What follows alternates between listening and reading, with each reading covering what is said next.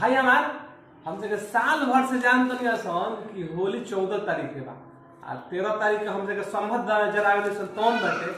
लेकिन आज हम पेपर में देखा तनी जिला में 13 मार्च को होलिका दहन और 15 मार्च को मनाई जाएगी होली। तो हम कहे के चाहतनी कि हमसे होली के पर्व ऐसा है जोड़ेला तोड़ेला ना। एगो कालू हम वीडियो बोले 14 के होली था अब पेपर में दे दल देखी कि 15 के होली मनेगी।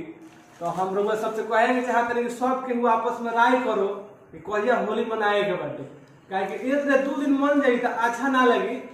और पेपर के भी हम कहे चाहते हैं कि रउआ एक हफ्ता पहले लगभग बाटे तो यो सही काम बाटे कि आगे ही अलाउ कर क्योंकि हम लोग के आपस में बातचीत करे के बाटे कि कहिया होली मनाए के बा। अगले साल की भई रहे कि जितना हमने के गांव क्षेत्र के लोग रहे वो एक दिन पहले मना दिले रहे और शहर क्षेत्र के जो लोग रहे ओकरा एक दिन बाद मनैले रहे।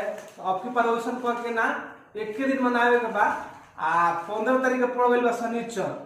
तो हमारा लागत है कि लगभग 14 तारीख के लोग मनाई ताकि आपस में सब आदमी हमसे विचार कर ले भाई कहिया होली मनाए के बाद वीडियो ज्यादा से ज्यादा शेयर करी कि सबके आगे पहुंचो कि रउआ आगे सतर्क हो जाए कि कहिया हमसे होली मनाए के बाद। रउआ सबके पहले ही होली के बहुत बहुत बधाई और शुभकामनाएं।